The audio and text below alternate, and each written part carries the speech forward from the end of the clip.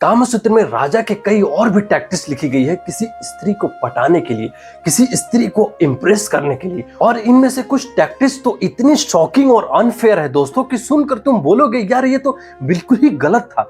दोस्तों राजा के और भी कई तरीके थे।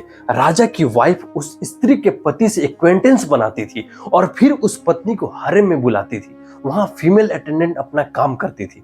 या फिर राजा की वाइफ किसी फीमेल अटेंडेंट को उस स्त्री के पास भेजती, ग्रेजुअली उससे इंटीमेट होती और फिर उसे हरेम में बुलाती। जब वो आ जाती और कॉन्फिडेंट हो जाती तो फीमेल अटेंडेंट अपना काम करती थी। या फिर राजा की वाइफ से किसी आर्ट या डेमोन्स्ट्रेशन देखने के बहाने बुलाती और फिर फीमेल अटेंडेंट आगे का काम करती थी।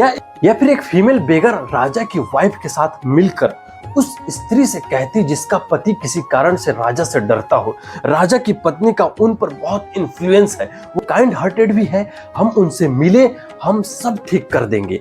इस तरह वो उसे 2-3 बार हरम ले जाती, राजा की वाइफ प्रोटेक्शन का वादा करती और जब वो डिलाइटेड होकर फिर आती तो फीमेल अटेंडेंट अपना काम करती।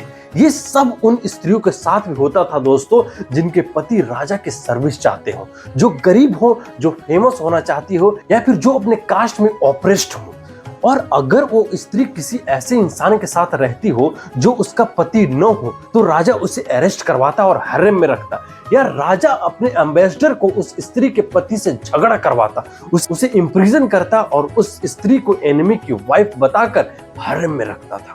दोस्तों राजा की टैक्टिक्स तो जान ली, लेकिन अब जानो अलग अलग देशों के वो शॉकिंग रिवाज जो सुनकर तुम बोलोगे यार ये तो बहुत अजीब था। कामसूत्र का वो फाइनल मैसेज जो सबसे इंपॉर्टेंट है दोस्तों, फॉलो करना मत भूलना, मुझे फॉलो जरूर करना।